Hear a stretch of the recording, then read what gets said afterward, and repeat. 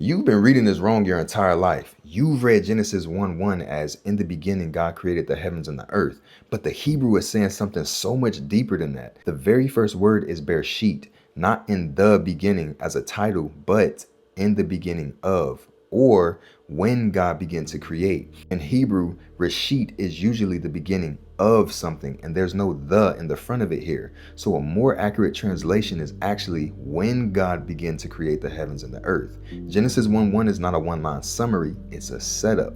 It's like scripture is saying when God started his creative work, the earth was formless and empty, darkness covered the deep, and the Spirit of God was hovering. And then we see the very first creative act of God, him speaking light into chaos. Let there be light. So the story doesn't start with a complete universe, it starts with God stepping into disorder, and his first move as creator is light. Stay with me. So when God begins his creative work, the first thing he speaks is light. Now in Hebrew, the word here for light is or. I'm not talking about sunlight, that comes later. But this word light means illumination, revelation, clarity, order, and life force. Now look at the Hebrew letters. Aleph, the ox head, source, strength. This is God himself. Aleph is a representation of the divine spark that starts everything.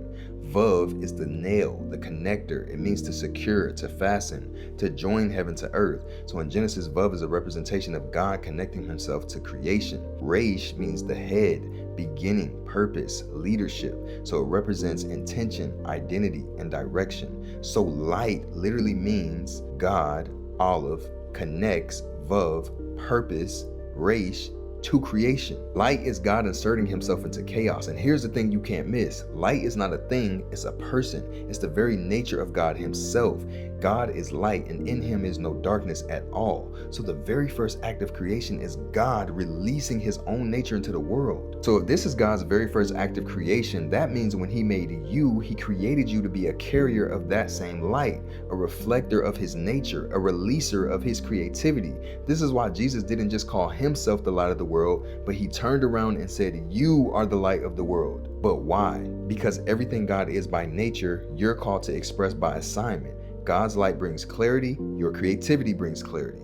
God's light brings order to chaos, your ideas bring order to someone's confusion. God's light reveals what's hidden, so your content, your business, your calling reveals what someone couldn't see on their own. You're not posting videos, you're releasing light. You're not building a business, you're building a place where darkness can't stay. And this is why creativity is so spiritual. This is why your ideas matter.